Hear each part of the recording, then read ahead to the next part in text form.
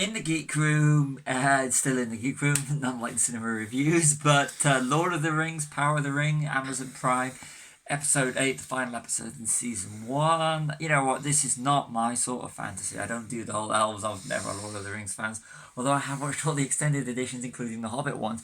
But this is 5-star television for me. I like the way that, I know it's supposed to, if I read right, or I was told right, should I say, that it is one of the most expensive TV shows ever made, which, you know, it does come across in the wide shots, but that's the beauty of the Power of the Ring is that they do the wide shots, but they don't they don't focus on the wide shots and look at what great we can do with the special effects. They pull in pretty tight and make it more character driven. And that's what I love about this show. It is very character driven. And, you know, rather than marveling at the special effects, it's the storyline which is important, and it is a really good storyline. I like the arc. It is really good. I mean, it's as good as the Lord of the Rings movies. Like I said, I'm not a fan of the movies, but I do appreciate them for what they are, as you can even find beauty in The Hobbit. But to me, this has been entertaining. Just over an hour long per episode and running at 8 episodes.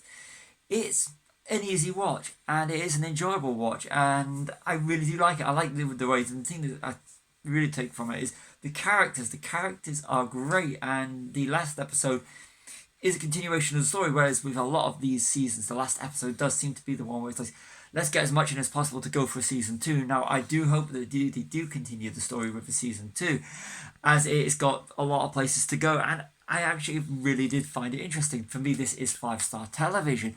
Now, to compare it to the other show that's running at town, which is House of the Dragon, which is severely lacking in the character development. So if you're thinking about watching House of the Dragon, and I know that as of recording this, I think there's 2 episodes to go, but this is the more enjoyable of the 2 shows that were currently running back to back with HBO Max from right in the US and on Now TV, Sky, whatever it is in the UK, with Lord of the Rings, Power of the Rings being on Amazon Prime.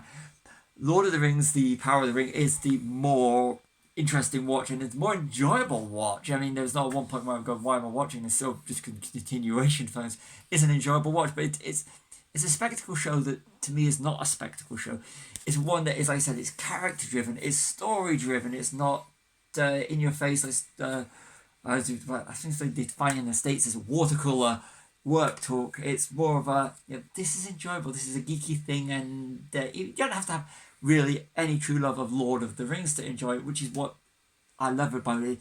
It is highly accessible, and I really have thoroughly enjoyed this series. I am looking forward to where it goes next. I've not read the books, so I can't compare it to that, but I can just compare it to what I've seen in the Hobbit movies and the Lord of the Rings movies, the extended cuts on both.